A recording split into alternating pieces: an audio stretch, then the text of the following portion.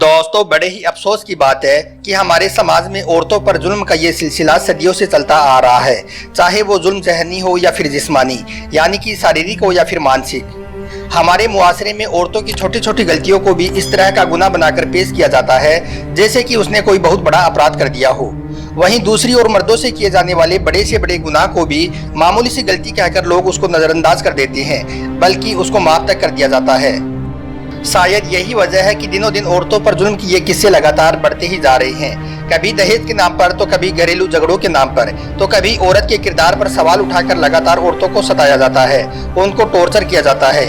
आखिर में इन झगड़ों और जुल्मों सितम से तंग आकर औरत या तो वापस अपने मायके लौट जाती है, और अगर मायके वाले भी उसको कबूल नहीं करते हैं तो फिर ऐसी औरत अपने ही हाथों से अपनी जान दे देती है। कभी ससुराल वाले उन्हें चूल्हा फटने के नाम पर जला देती हैं, तो कभी ऐसी औरत नदी में कूदकर अपनी जान दे देती है, तो कभी ऐसी औरतों पर तेजाब फेंकने के वाकयात सामने आते हैं। और कभी कभी तो ऐसा भी सुनने में आता है कि घरेलू झगड़ों से तंग आकर एक मां ने अपने बच्चों के साथ किसी नदी में कूदकर या फिर किसी फंदे पर झूलकर अपनी जान दे दी है। दोस्तों, हाल ही में कुछ ऐसा ही वाकया गुजरात के अहमदाबाद की आयशा के साथ भी पेश आया है, जिसने अपने शोहर से तंग आकर साबरमती नदी में कूदकर हमेशा हमेशा के लिए अपनी जिंदगी को खत्म कर दिया। जैसा कि इस खबर के बारे में तो आप सब जानते ही हो कि आयशा ने ऐसा क्यों किया, इसकी क्या वजह थी, इसलिए इन सब बातों के बारे में तो आपको बताने की जरूरत नहीं है। मगर दोस्तों, अब आयशा की मौत और आयशा की कब्र को लेकर सोशल मीडिया पर कुछ इस तरह की बातें और मनगढ़ंत किस्से सामने आ रही हैं, जिसके बारे में जानकर आप लोग भी हैरान और परेशान हो जाओगे, क्योंकि इन बातों का हकीकत में दूर दूर तक कोई ताल्लुक नहीं है। इसलिए दोस्तों, आज के इस वीडियो में हम आपको इन तमाम झूठी बातों के बारे में और आपको इनकी हकीकत बताने वाले हैं। इसलिए आप इस वीडियो को आखिर तक जरूर देखना और मेहरबानी करके इसको अपने दोस्तों में शेयर भी कर देना, ताकि और भी लोगों तक यह जानकारी पहुंच जाए और वो भी इन झूठी बातों के बारे में जान सके। तो चलिए दोस्तों, शुरू करते हैं।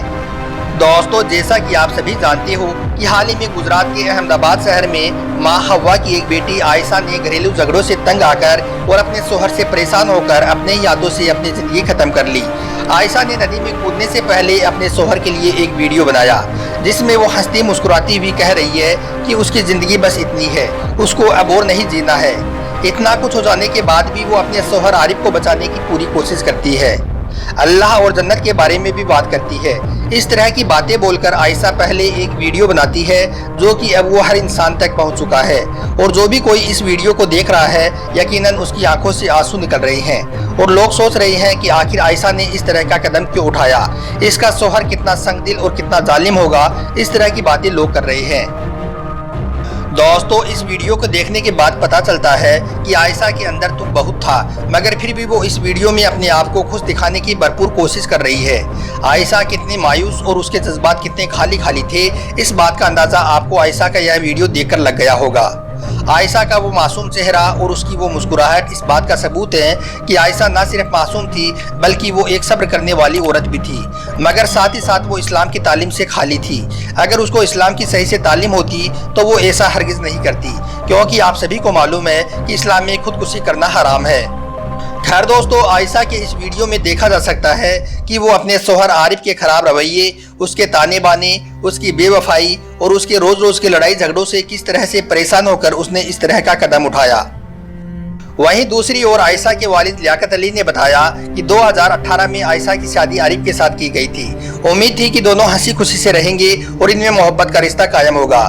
मेरी बेटी आरिफ से बहुत मोहब्बत करती थी, लेकिन शादी के 2 महीने के बाद ही आरिफ का किसी और लड़की के साथ अफेयर सामने आ गया।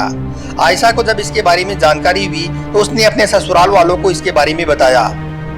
उन्होंने अपने बेटे से इसके बारे में पूछने और उसको कुछ कहने के बजाय उल्टा आयशा को परेशान करना शुरू कर दिया, और वो कहने लगे कि जब तुम दहेज में कुछ लेकर नहीं आओगी तो फिर ऐसा ही होगा।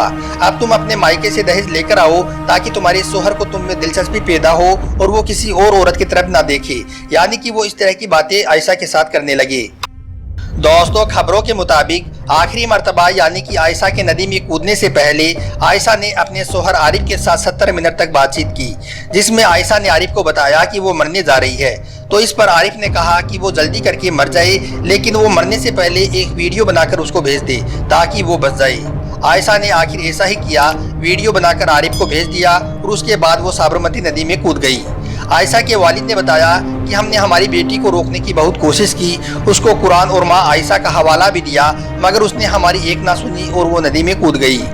खैर दोस्तों, वजह जो भी रही हो, मगर एक बात तो साफ है कि आयशा ने खुद ही अपने हाथों से अपनी जान ली है, यानी कि उसने खुदकुशी की है। मगर अब आयशा की मौत के बाद लोगों की जो मनगढ़ंत बातें सामने आ रही हैं, उसके बारे में जानकर आप लोग भी हैरान हो जाओगे। अब लोग सोशल मीडिया पर आयशा की मौत को लेकर कई तरह की बातें फैला रही हैं। कुछ लोग कह रहे हैं कि आयशा की मौत के बाद जब आयशा को कब्र में दफन किया गया तो उसकी कब्र खुशबू से महकने लगी, यानी कि उसकी कब्र से खुशबू आ रही थी। सबसे पहले तो जब आयशा की लाश मिली थी तब ये बात निकल कर सामने आई कि आयशा की लाश मिल गई है, और जब आयशा के चेहरे को पहली बार देखा गया तो उसके चेहरे पर एक अजीब सी मुस्कुराहट और सुकून मौजूद था, जिसके बारे में लोग सोशल मीडिया पर बात करने लगे कि आयशा अब सुकून की नींद सो रही है। उसके बाद जब उसको कब्रिस्तान में ले जाकर दफन किया गया तो यह बात निकल कर सामने आई कि आयशा की कब्र से खुशबू की महक आ रही है और पूरा कब्रिस्तान खुशबू से महकने लगा था। तो दोस्तों, हम आपको बता दें कि ये सारी बातें मनगढ़ंत और झूठी हैं। ये तमाम बातें दरअसल खुदकुशी को जायज़ या अच्छा काम दिखाकर पेश करने की कोशिश की जा रही है। याद रखें, इस्लाम में खुदकुशी करना हराम है। किसी को ज़िंदगी देना या किसी की ज़िंदगी को ख़त्म करना या किसी को पैदा करने का इख्तियार सिर्फ और सिर्फ अल्लाह ताला के हाथ है।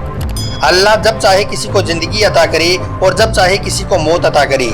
इसलिए जो शख्स खुद अपने ही हाथों से अपनी ज़िंदगी को ख़त्म करता है तो इस्लाम ने इसको खुदकुशी का नाम दिया है, और इस्लाम ने यह बता दिया है कि खुदकुशी एक हराम मौत है। आयशा ने जिन भी हालात में ये काम किया, ये उसका और अल्लाह के बीच का मामला है। अब अल्लाह उसके साथ किस तरह का मामला करता है, उसको जन्नत मिलती है या दोज़ख मिलती है, ये सिर्फ अल्लाह के हवाले है। हमको चाहिए कि हम तो सिर्फ आयशा पर रहम के लिए, आयशा की मगफिरत के लिए दुआ करें, और ये दुआ करें कि अल्लाह आयशा की मगफिरत फरमाए। लेकिन जो लोग इस तरह की झूठी बातें मुआशरे में फैलाने की कोशिश कर रहे हैं कि कब्र में खुशबू आ रही है, आयशा के चेहरे पर एक सुकून और इत्मीनान था, उसके चेहरे पर मुस्कुराहट थी, दरअसल ये सारी बातें खुदकुशी को जायज़ या अच्छा काम दिखाकर पेश करने की कोशिश की जा रही है, जो हमारे नौजवानों पर गलत असर डाल रही है।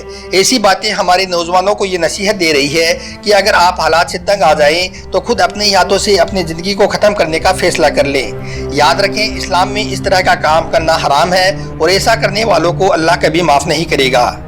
याद रखें, हम सबको अल्लाह ने पैदा किया है, वो ही है जो हमारी जिंदगियों और हमारे जिस्मों का मालिक है। वो जब चाहे हमें इस दुनिया से उठा ले और जिस हालत में चाहे हमें मौत अता कर दे।